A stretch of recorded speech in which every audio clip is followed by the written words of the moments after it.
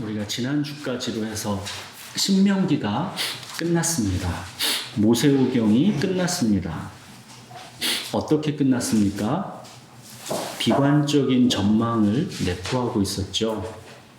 그러나 비관적이지만은 않은 것이 그 절망 가운데 소망의 빛 또한 비추고 있었습니다. 말씀에 순종하면 복을 받는다. 불순종하면 저주를 받는다. 그리고 너희들은 가나안에 들어가면 틀림없이 우상 숭배하면서 가나안 문화를 따를 것이다. 그렇게 하나님을 버릴 것이다. 이것은 틀림없는 사실일 것이다. 그 불순종과 배신으로 인해서 너희들은 참혹한 저주를 당할 것이다. 그러나 그 고통의 때에 이것을 기억해라. 하나님께 돌아와라. 하나님께서 너희를 다시 살리실 것이다. 너희에게 새 마음, 새 영을 주실 것이다. 모세는 이들이 불순종으로 저주를 받을 것을 알면서도 이 백성들을 향해서 뭐라고 했습니까? 이스라엘이여, 너는 행복한 사람이로다. 여호와의 구원을 너같이 얻은 백성이 누구냐? 그는 너를 돕는 방패시요 내 영광의 칼이시로다. 내 대적이 내게 복종하리니 내가 그들의 높은 곳을 밟으리로다. 모세는 어두운 전망 가운데서도 예수 그리스도를 기다리고 있었고 그 구원의 빛을 분명히 믿었습니다. 여기까지가 이제 신명기의 마지막이었고 모세오경의 마지막이었습니다. 이제 드디어 약속의 땅 가나안으로 들어갑니다. 이스라엘 백성이 가나안을 지금 처음 들어가는 것인가요? 아니죠. 가나안을 나온 지 430년 만에 다시 들어가는 것입니다. 우리 창세기 12장 1절에서 2절을 한번 볼까요? 여기가 성경의 중심축이라고 그랬죠. 창세기 12장 1절부터 2절. 제가 읽겠습니다. 여호와께서 아브라함에게 이르시되 너는 너의 고향과 친척과 아버지의 집을 떠나 내가 내게 보여줄 땅으로 가라. 내가 너로 큰 민족을 이루고 내게 복을 주어 내 이름을 창대하게 하리니 너는 복이 될지라. 하나님께서 아브라함을 부르시고 너에게 보여줄 땅으로 가라 그러셨죠. 이 땅이 어디입니까? 이곳이 바로 가나안이죠.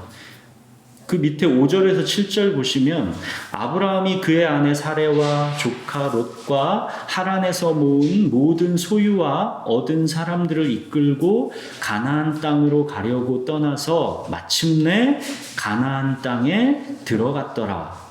아브라함이 그 땅을 지나 세겜 땅 모래 상수리 나무에 이르니 그때에 가나안 사람이 그 땅에 거주하였더라.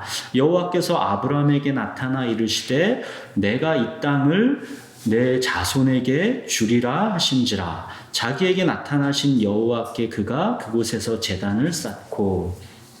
7절에서 하나님께서 아브라함에게 뭐라 하십니까? 내가 이 땅을 내 자손에게 주리라.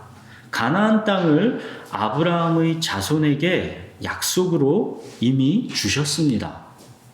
그런데 왜 이들이 지금 가나안에 없고 지금 모세오경 끝나고 다시 가나안을 입성하려고 하고 있습니까? 우리들이 그동안 이 역사를 쭉 봐왔지만 기억이 안 나시는 분들도 있을 거예요. 왜 다시 근데 가나안으로 얘네가 또 들어가지? 오락가락 하시는 거죠. 아브라함이 가나안에 거주하고 있고 가나안 땅을 아브라함 자손에게 약속의 땅으로 주셨습니다. 그런데 이때는 아직 가나안을 차지한 게 아니고 그냥 외국인과 나그네로서 더부살이하고 있었던 거죠. 창세기 15장 13절에서 16절에 보시면 여호와께서 아브라함에게 이르시되 너는 반드시 알라. 내 자손이 이방에서 객이되어 그들을 섬기겠고 그들은 400년 동안 내 자손을 괴롭히리니 그들이 섬기는 나라를 내가 징벌할지며 그 후에 내 자손이 큰 재물을 이끌고 나오리라. 너는 장수하다가 평안히 조상에게로 돌아가 장사될 것이요 내 자손은 4대 만에 이 땅으로 돌아오리니 이는 아모리 족속의 죄악이 아직 가득 차지 아니함이니라 하시더니, 하나님께서 아브라함에게 약속의 땅 가나안에 대해서 뭐라 하십니까? 내가 지금 이곳 가나안에서 머무르고는 있지만 아직 이곳에서 너희가 완전히 거주하게 되지는 못할 것이다. 아직 때가 차지 않았다. 그러시죠. 가나안 땅의 주인은 하나님이십니다. 모든 땅의 주인은 하나님이십니다. 인간은 그냥 그 땅의 임차인일 뿐입니다. 그런데 그 가나안 땅을 임차하고 있는 아모리 족속이 죄악이 아직 차오르지 않았다지요. 하나님께서 더 이상 참을 수 없을 만큼 그 죄가 이제 막 차오르고 있습니다. 아모리 족속의 죄악이 이제 가득 찰 때까지 하나님께서 지금 기다리고 계신답니다. 그렇게 하나님께서 기다리는 시간, 가나안 원주민의 죄가 가득 차오르는 시간, 그 기간이 400년입니다. 이 400년간 어떤 일들이 아브라함 자손들에게 있을 것이라고 하나님께서 지금 말씀하셨습니까? 400년간 이방에서 객이 될 것이다. 그러시죠. 애굽에서의 400년간의 노예 생활을 말씀하고 계신 것입니다. 아브라함의 손자 야곱의 때에 가나안 땅에 기근이 들었죠. 야곱의 아들 요셉은 이미 애굽에 노예로 팔려갔다가 거기서 총리가 되어 있습니다. 그때 야곱의 가족 70명이 가나안을 떠나서 애굽으로 들어갔죠. 그렇게 애굽에서 400년간 야곱의 가족은 크게 번성해서 약 200만 명이 된다라고 했죠. 그렇게 하나님의 약속대로 크게 번성한 이스라엘 백성이 하나님께서 약속하신 400년이 되어서 애굽을 나오게 되죠. 이게 출애굽기였죠. 그리고 광야에서의 40년 방랑의 세월이 있었습니다. 출애굽 후에 이 광야에서 40년 방랑의 세월 동안 있었던 일들, 이게 이제 출애굽기에 이어서 레위기, 민수기, 신명기의 이야기들이었죠. 여기까지가 모세오경입니다. 모세오경에서 수많은 인생들의 이야기가 있었지만 큰 그림으로 보면 어때요? 하나님께서 아브라함에게 약속하신 그 약속 안에서 모든 것이 이루어지고 있죠. 하나님의 주권과 섭리 안에서 모든 것이 이루어지고 있습니다. 이게 보이셔야 합니다. 모세오경 속에서 하나님의 백성들은 각자의 삶을 하나님과 함께하며 순종하기도 하고 불순종하기도 하고 그렇게 분투하며 살아가지만 결국 그 모든 일이 합력해서 선을 이루고 있음이 보이셔야 합니다. 하나님의 약속이 결국은 이루어지고 있다라는 게 보이셔야 합니다. 이스라엘 백성이 이제 드디어 약속의 땅 가나안을 다시 입성하게 됩니다. 아브라함에게 약속하셨던 시간 400년이 가득 찬 것입니다. 가나안 땅의 원주민 아모리 족속의 죄가 그 땅에 이제 가득 찼습니다. 하나님께서 본격적으로 가나안 땅의 입주민을 바꾸시려는 계획을 집행하시는 것입니다. 이스라엘 백성의 가나안 입성은 두 가지 하나님의 의도가 있습니다. 첫 번째는 아브라함에게 주셨던 약속의 땅 가나안을 그 약속대로 실제로 하사하시는 그런 의미가 있습니다. 약속의 성취입니다. 두 번째는 가나안 땅의 본래 임차인이었던 원주민들의 죄가 하나님 보시기에 극에 달했다라는 것.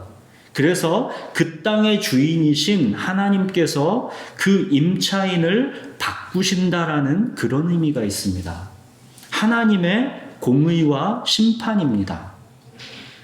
가나안 땅에서 선하게 잘 살고 있는 원주민들을 이스라엘 백성들이 무자비하게 학살한 것이 아니라 그 땅의 참 주인이신 하나님께서 그 원주민의 죄가 관영해서 그 임차인을 바꾸어 버리시는 의미가 있다는 것입니다. 죄가 가득한 가나안 원주민에 대한 심판의 의미가 있는 것입니다. 땅의 주인은 그 원주민들이 아니라 하나님이십니다. 이 점을 꼭 기억하셔야 합니다. 가나안 땅 원주민 입장에서 간혹 휴머니즘을 발동시키는 분들이 있습니다. 그들이 무슨 죄를 지었다고 그렇게 처참하게 학살하지? 그 원주민 중에는 아이들도 있는데 그 아이들은 대체 무슨 죄지? 사람들은 죄를 하나님의 관점에서 바라보지 못합니다. 인본주의적인 관점에서 보면 하나님이 너무 가혹해 보이는 거죠. 죄의 본질이 무엇이고 죄가 얼마나 비참하고 무서운 것인지 사람들은 잘 모릅니다. 지금 세상 사람들도 이와 같은 관점을 동일하게 갖고 있습니다. 이 세상을 심판하신다고? 저 아이들이 무슨 죄가 있다고? 자기 죄는 분명하니까 아이들을 내세웁니다. 그러면 자기들의 논리가 더 정당해 보이고 하나님은 더욱 가혹한 분이 되기 때문입니다. 죄를 윤리, 도덕의 관점에서만 바라보기 때문에 삶의 참 주인이시며 창조주이신 하나님을 거역하고 구원의 유일한 방편으로 주신 예수 그리스도를 믿지 않는 것이 죄의 본질이다라는 것을 세상 지혜로는 절대 알 수가 없습니다. 하나님이 구원하시고자 작정하신 사람이 아니면 이 진리를 알 수가 없습니다.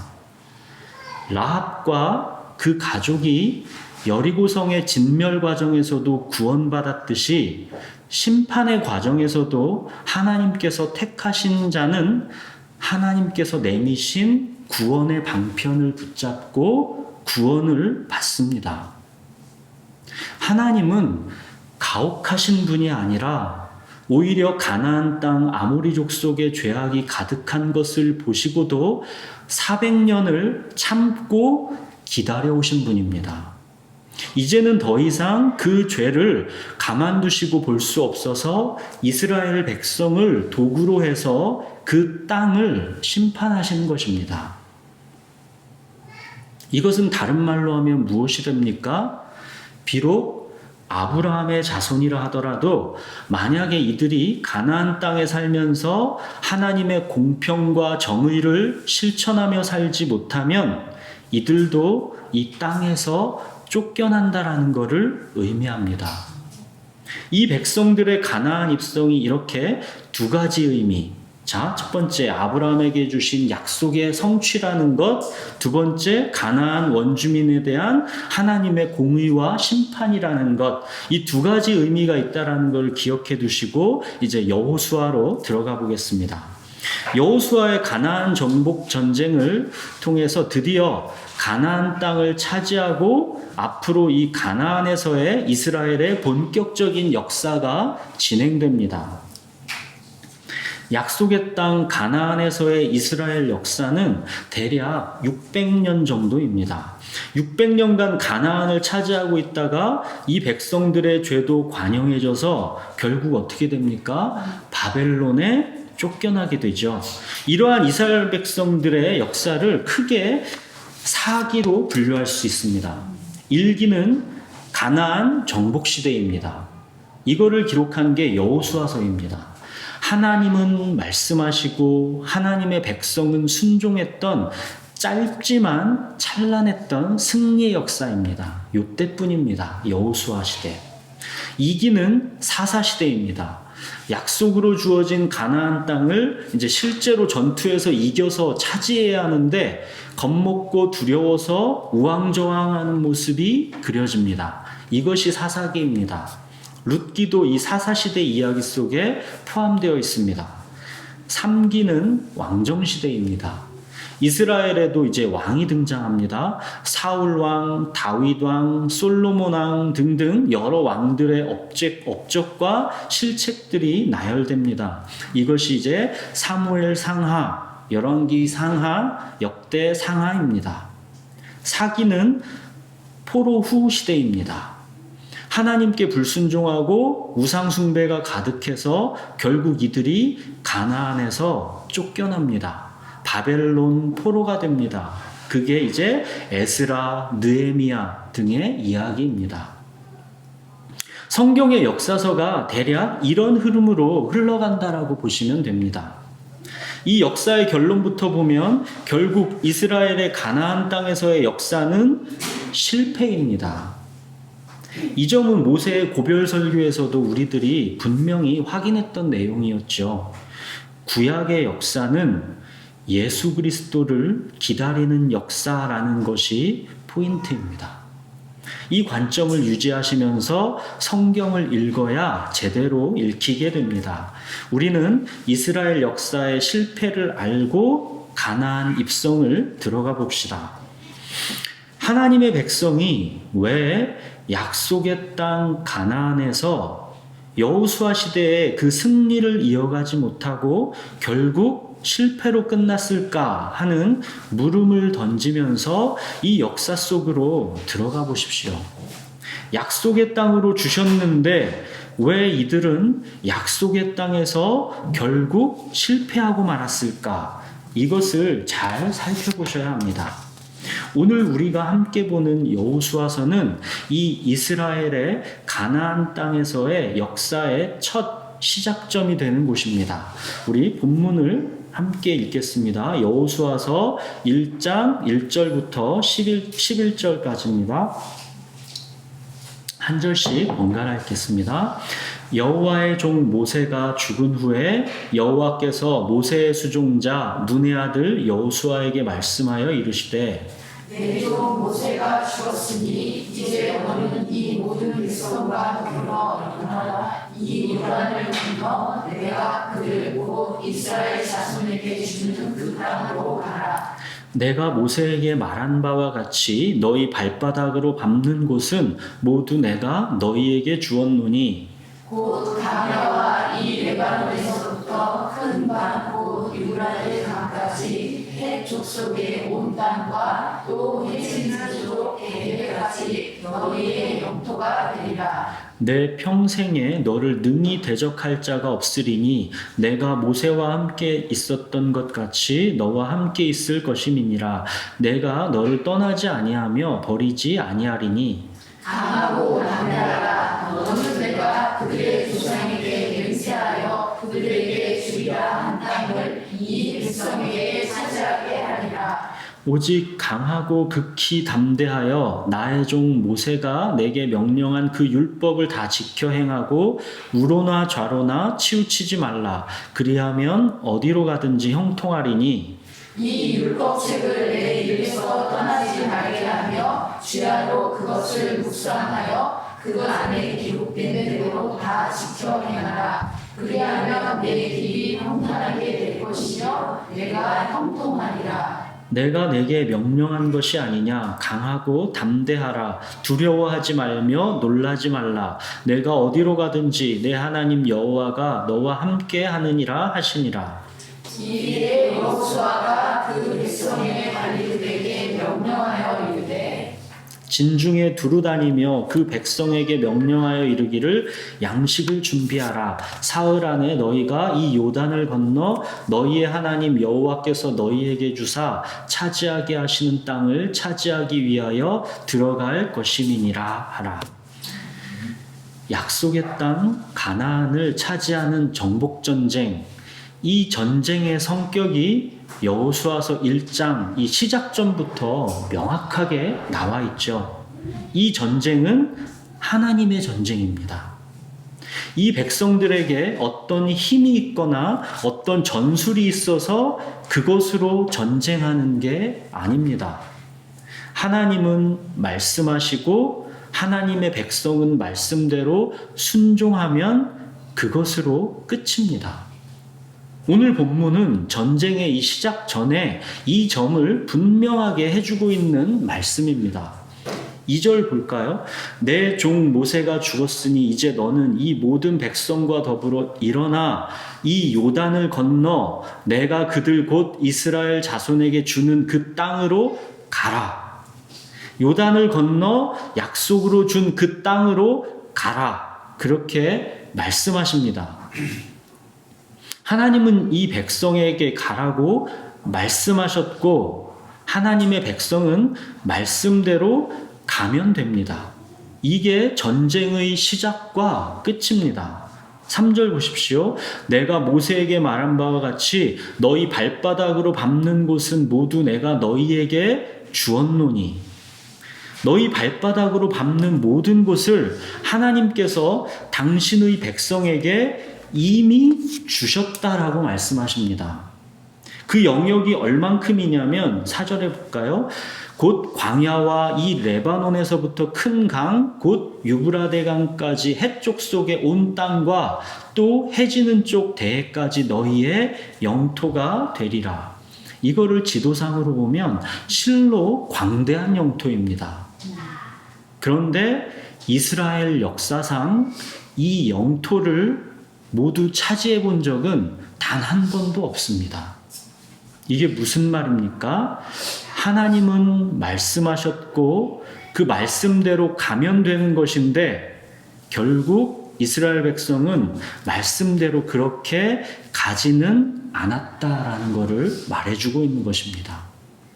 5절, 6절 보시면 내 평생에 너를 능히 대적할 자가 없으리니 내가 모세와 함께 있었던 것 같이 너와 함께 있을 것임이니라.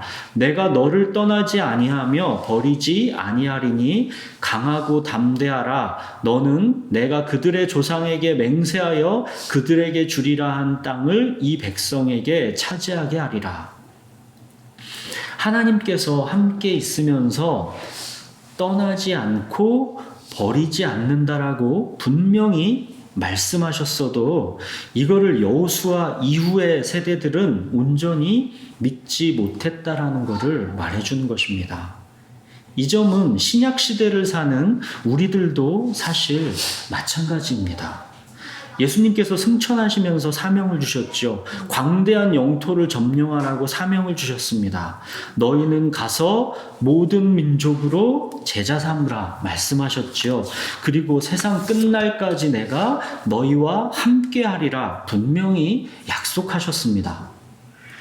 이 말씀을 정말로 우리가 믿고 말씀대로 가느냐, 이것은 또 다른 문제라는 것입니다. 광대한 영토를 약속으로 이미 주셨지만 그 영토를 실제 차지하는 것은 우리의 믿음의 분량이라는 것입니다. 여호수아서는 이상이고 그 다음 사사기는 현실입니다. 여호수아에서 말씀으로 주신 그 땅을 사사기라는 현실 속에서 실제로 그 땅을 차지하는 것, 이거는 믿음의 분량입니다. 하나님께서 약속의 땅 가나안을 주셨습니다. 그 땅을 실제로 차지하기 위해서 필요한 게 무엇인지 그게 그 다음에 나와 있는 거죠. 7절에서 9절 보겠습니다. 오직 강하고 극히 담대하여 나의 종 모세가 내게 명령한 그 율법을 다 지켜 행하고 우로나 좌로나 치우치지 말라. 그리하면 어디로 가든지 형통하리니 이 율법책을 내 입에서 떠나지 말게 하며 주야로 그것을 묵상하여 그 안에 기록한 대로 다 지켜 행하라. 그리하면 내 길이 평탄하게 될 것이며 내가 형통하리라. 아들아, 내가 내게 명령한 게 아니냐? 강하고 담대하라. 두려워하지 말며 놀라지 말라. 내가 어디로 가든지 내 하나님 여호와가 너와 함께하느니라 하시니라. 약속의 땅 가나안을 차지하기 위한 유일한 조건은 다른 게 없습니다. 전술, 전략 그런 게 중요하지 않습니다. 오직 중요한 건 단 한 가지입니다. 이 율법책을 내 입에서 떠나게 말며 주야로 그것을 묵상하여 그 안에 기록된 대로 다 지켜 행하라. 우리가 보았었죠. 하나님 백성의 전투력의 핵심 뭐라고 했습니까? 하나님 백성의 전투력의 핵심 레위인이라 했었죠. 즉 하나님의 말씀입니다. 하나님의 말씀이 하나님 백성 전투력의 핵심입니다. 모든 것은 하나님께서 하신다라는 것입니다. 우리 쪽에서 할 거는 하나님의 말씀을 사랑하는 것입니다. 그렇게 되면 모든 복이 하나님의 백성에게 임합니다. 그가 어디로 가든지 하나님께서 함께 하십니다. 이것이 복된 삶을 살아가는 길이고 약속의 땅 가나안을 차지하는 비결입니다.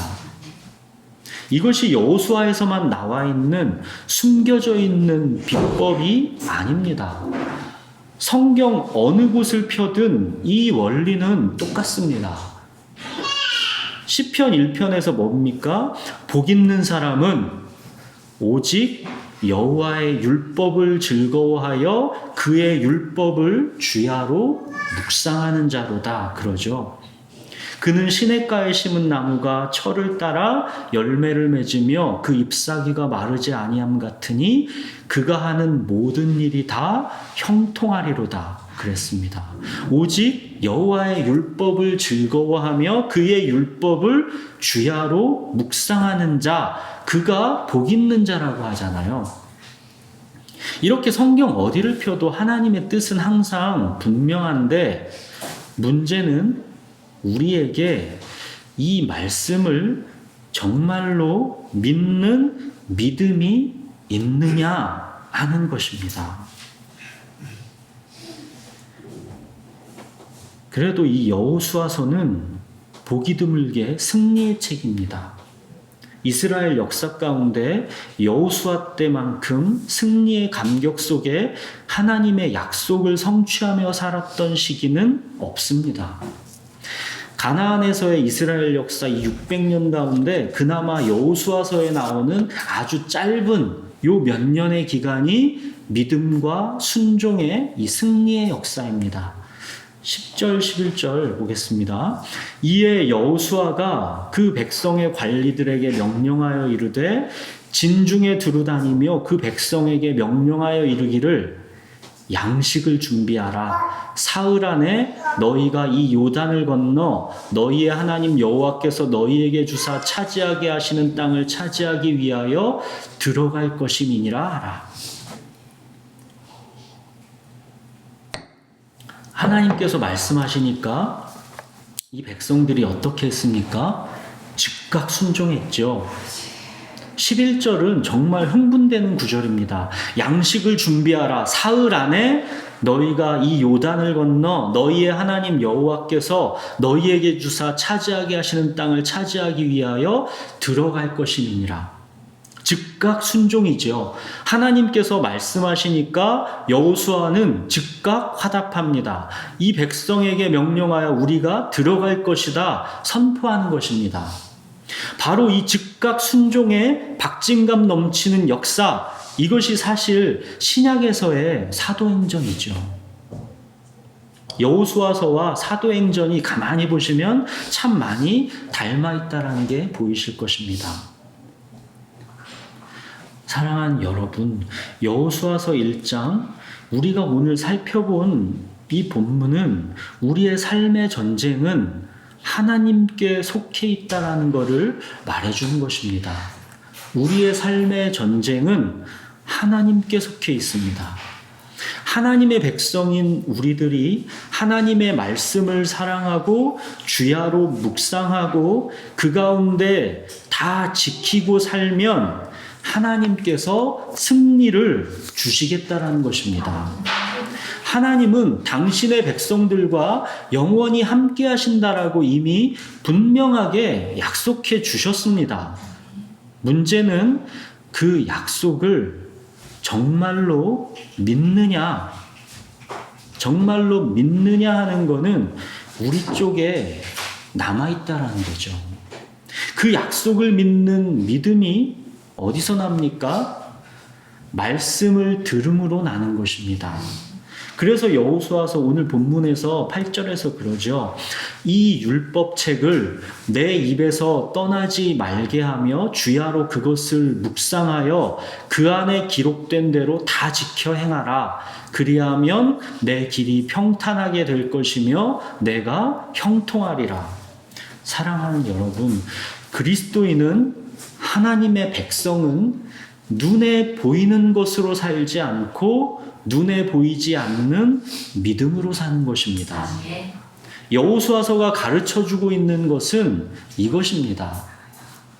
하나님은 가나안 영토의 경계를 다 그어주시면서 당신의 이 백성에게 이미 주시지 않았습니까? 하나님께서 주시면 그거는 실제가 되는 것입니다. 그런데 그거를 실제로 정말로 갖게 되는 거는 우리의 믿음이 필요합니다. 그 믿음을 만들어내는 게 바로 말씀이기 때문에 이 말씀을 입에서 떠나지 말게 하고 주야로 묵상하고 기록된 대로 다 지켜 행하라 그러시는 겁니다. 말씀을 먹고 그 말씀을 통해 자라난 믿음이 보이지 않는 하나님의 약속을 보이는 현실이 되게 하는 것입니다. 고린도후서 5장 7절에 우리가 믿음으로 행하고 보는 것으로 행하지 아니함이로다 그럽니다. 우리가 믿음으로 행하고 보는 것으로 행하지 아니한다 그러죠. 하나님의 백성은 눈에 보이는 걸로 판단하고 행하는 게 아니라 보이지 않는 믿음으로 살아간다라는 것을 말하고 있는 것입니다. 왜 하나님의 약속이 누구에게는 그냥 이상일 뿐이지만 누구에게는 살아있는 현실이 됩니까? 약속에 대한 믿음, 말씀에 대한 믿음입니다. 우리 히브리서 4장 1절, 2절을 한번 볼까요? 히브리서 4장 1절, 2절입니다.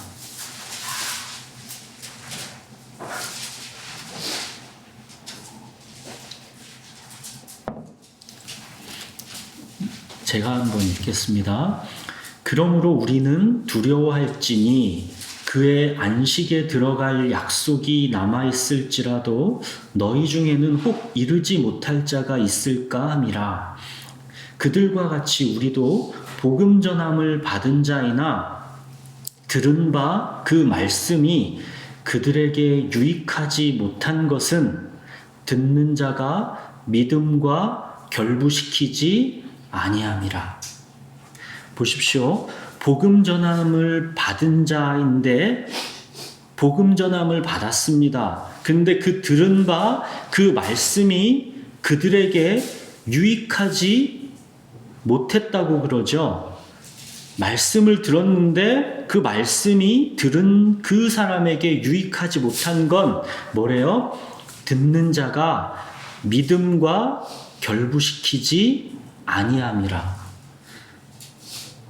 말씀을 들었으면 그걸 믿음과 결부시켜야 한다는 겁니다. 이게 믿음과 결부시키지 않으면 유익하지 못하다라는 거죠. 들은 말씀을 믿음과 결부시키는 것이 중요합니다. 오늘 본문의 여호수아서를 보십시오. 하나님께서 약속한 그 땅으로 가라 하니까 즉각 순종하지 않습니까? 말씀과 믿음이 결부되고 있는 것입니다. 하나님은 말씀하셨고 여호수아는 순종했지요. 양식을 준비해라. 사흘 안에 우리가 이 요단을 건너 하나님 여호와께서 우리에게 주셔서 차지하게 하시는 그 땅을 차지할 거다. 우리가 들어갈 거다. 우리가 공격할 거다.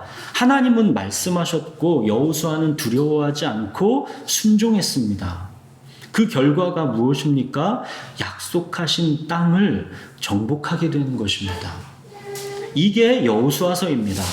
하나님은 말씀하시고 이 백성은 순종하고 그 결과 약속하신 땅을 정복하는 이야기, 이게 여호수아서입니다. 말씀과 믿음이 즉시 결부되는 시대, 이 시대가 구약에서 아주 잠깐 있는 바로 그 승리의 시대, 여호수아 세대입니다. 하나님은 말씀으로 약속하셨고 하나님의 백성은 그 약속을 믿고 그 약속한 땅을 침노해서 차지하는 것이 남아있는 것입니다. 천국은 침노해서 차지하는 것입니다. 약속하신 천국을 믿음과 순종으로 침노해서 차지하는 것, 이것이 우리에게 남겨진 사명입니다. 사랑하는 여러분, 하나님은 지금도 말씀하십니다. 하나님은 언제나 우리와 함께 하시면서 말씀하십니다. 하나님은 말씀하시는 하나님이십니다. 하나님께서 말씀하실 때 그거를 믿음으로 결부하여 들으십시오. 믿음으로 침노하여 그 말씀을 차지하십시오.